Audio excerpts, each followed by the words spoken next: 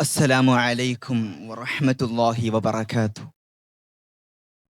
الحمد لله والصلاة والسلام على أشرف المخلوقين وعلى آله وصحبه أجمعين الفائزين برضا الله. أما بعد.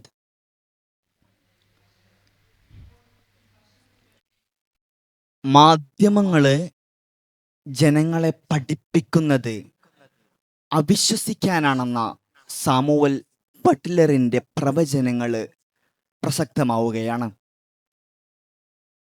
1500-ലധികം television ചാനലുകളുള്ള 9064ഓളം English മാഗസിനുകളും പത്രങ്ങളുമുള്ള എണ്ണിയാലൊടുങ്ങാത്ത ഓൺലൈൻ മാധ്യമങ്ങളുമുള്ള ഇന്ത്യ, ലോകത്തിലെ തന്നെ ഏറ്റവും വലിയ രണ്ടാമത്തെ പ്രസ് മാർക്കറ്റായ ഇന്ത്യയിലെ വ്യാജവാർത്തകൾ വലിയ ആശങ്കകൾ സൃഷ്ടിക്കുന്നുവെന്ന് കേന്ദ്രമന്ത്രി അനുരാഗ് സിംഗ് ഠാക്കൂർ പറഞ്ഞത് എന്തുകൊണ്ടാണ്? മുഖ്യധാരാ മാധ്യമങ്ങൾ ആഘോഷിച്ച നൂറുകണക്കിന് വാർത്തകളാണ് വ്യാജമെന്ന് തെളിവ് സഹിതം ആൾട്ട് ന്യൂസ് തെളിയിച്ചത് അതിന് ഏറ്റവും വലിയ ഉത്തമ ഉദാഹരണമാണ്. പ്യൂ റിസർച്ചിന്റെ സർവേ പ്രകാരം 68% യുവാക്കളും വാർത്തകൾക്ക് വേണ്ടി ആശ്രയിക്കുന്നത് സാമൂഹ്യ മാധ്യമങ്ങൾ അഥവാ സോഷ്യൽ മീഡിയയാണ്. ആ ഇടങ്ങളിൽ പേഴ്സണൽ അക്കൗണ്ടുകളുടെ റീച്ചിനോ ടെലിവിഷൻ ചാനലുകളുടെ TRP റേറ്റിംഗ് വർദ്ധിപ്പിക്കാനോ ഉള്ള സർക്കസുകളായിട്ട് വാർത്തകൾ മാറിക്കൊണ്ടിരിക്കുകയാണ്. അത്രയേറെ കോംപ്ലിക്കേറ്റഡ് ആയിട്ടുള്ള ഓപ്പറേഷൻ സിന്ദൂർ കാലത്ത് പോലും നാം കണ്ടത് വഴിതെളിക്കുന്നത് കാര്യമായ റിസർച്ചുകളില്ലാതെ ഐ ക്യാച്ചിങ്ങിന് വേണ്ടി മാത്രം വാർത്തകൾ നൽകുന്നതിനെ സൂചിപ്പിച്ചത് 1890കളുടെ മധ്യത്തിൽ സൂചിപ്പിച്ച യെല്ലോ ജേർണലിസം അഥവാ മന്നപത്രം എന്ന ടേമിലേക്കാണ്. ബ്രേക്കിംഗ് ന്യൂസുകൾ മാറി ബിഗ് ബ്രേക്കിംഗ് ആയി മറ്റുള്ളവരുടെ പ്രൈവസികളൊക്കെ പ്രൈം ന്യൂസിൽ ചർച്ച ചെയ്യുന്ന കാലമാണിത്.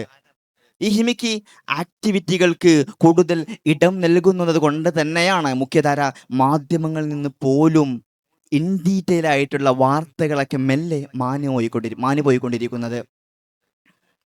വിദേശ രാജ്യങ്ങളിൽ നമ്മൾ എടുത്ത് പരിശോധിച്ച് നോക്കുകയാണെങ്കിൽ അവിടുത്തെ 70% ഈ ടെലിവിഷൻ ചാനലുകളുടെ വരുമാനവും വരുന്നത് സബ്സ്ക്രിപ്ഷനിലൂടെയാണ്. എന്നാൽ ഇന്ത്യയുടെ സ്ഥിതി അത് 3/4 പരസ്യ വരുമാനങ്ങളാണ്.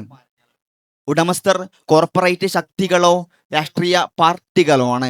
അതുകൊണ്ട് തന്നെ രാഷ്ട്രീയ പാർട്ടികളുടെ, കോർപ്പറേറ്റുകളുടെ, രാജ്യം ഭരിക്കുന്നവരുടെയൊക്കെ നീതികേടുകൾക്കെതിരെ സംസാരിക്കാതിരിക്കാൻ, മൗനം പാലിക്കാൻ, പിന്നെ അവരുടെ പരസ്യ പ്രചാരകരായി മാറുന്ന സ്ഥിതിഗതികളിലേക്കും കാര്യങ്ങൾ എത്തിക്കുന്ന ഒരു ചൂഷണാവസ്ഥയിലേക്ക് ഇത് കൊണ്ടെത്തിക്കുമെന്ന് കമ്മ്യൂണിക്കേഷൻ ആൻഡ് സൈക്കോളജി എന്ന പുസ്തകത്തിൽ ഇബർട്ടോ എക്കോ പറഞ്ഞു വെക്കുന്നുണ്ട്.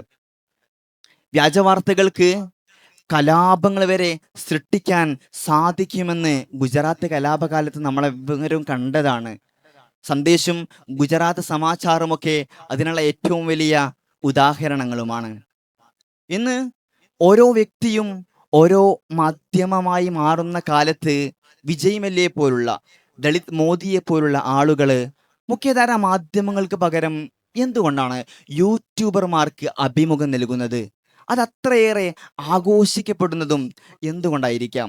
ജനങ്ങൾക്ക് മുഖ്യധാരാ മാധ്യമങ്ങളിലുള്ള വിശ്വസ്തത നഷ്ടപ്പെട്ടതിൻ്റെ ഭാഗമായിട്ടും ഇതിനെ നമുക്ക് വിലയിരുത്താവുന്നതാണ്.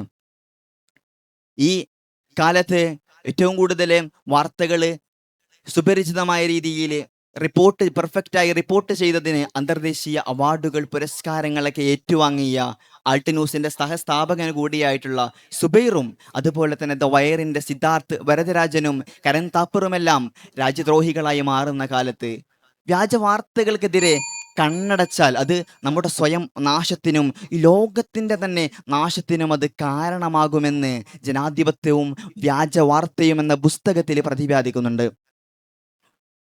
ഓരോ വാർത്തകൾക്ക് പിന്നിലും രാഷ്ട്രീയമോ സാമ്പത്തികപരമോ മതപരമോ ആയിട്ടുള്ള കൃത്യമായ ലക്ഷ്യങ്ങൾ ഉണ്ടെന്ന ബോധ്യത്തോടുകൂടി വാർത്തകളെ ഉച്ചത്തിൽ ഉയരുന്ന ശബ്ദത്തിന് പിന്നാലെ പോകാതെ ഈ ഒരു ഗ്രോക്ക് കാലത്ത് റിവേഴ്സ് ഇമേജ് മെത്തേഡുകൾ, ടിക് ഡീപ്പറും എല്ലാം ഉപയോഗപ്പെടുത്തി ക്രിട്ടിക്കൽ മൈൻഡ് സെറ്റോടുകൂടി വാർത്തകളെ വിലയിരുത്താൻ നമുക്ക് സാധിക്കേണ്ടതുണ്ട്. മാധ്യമങ്ങളെ, ജനങ്ങളെ ജീവിക്കാനുള്ള പ്രതീക്ഷകൾ നൽകി തൃപ്തിപ്പെടുത്തുന്നതിലപ്പുറം നിരാശയാണോ ജനങ്ങൾക്ക് നൽകുന്നതെന്ന് മാധ്യമങ്ങൾ സ്വയം ചിന്തിക്കേണ്ടതുണ്ട് എന്ന് മാത്രം പറഞ്ഞുകൊണ്ട് വാക്കുകൾക്ക് വിട. വാഹിറു ദഅ്വാന അനിൽ ഹംദുലില്ലാഹി റബ്ബിൽ ആലമീൻ. അസ്സലാമു അലൈക്കും വറഹ്മത്തുള്ളാഹി.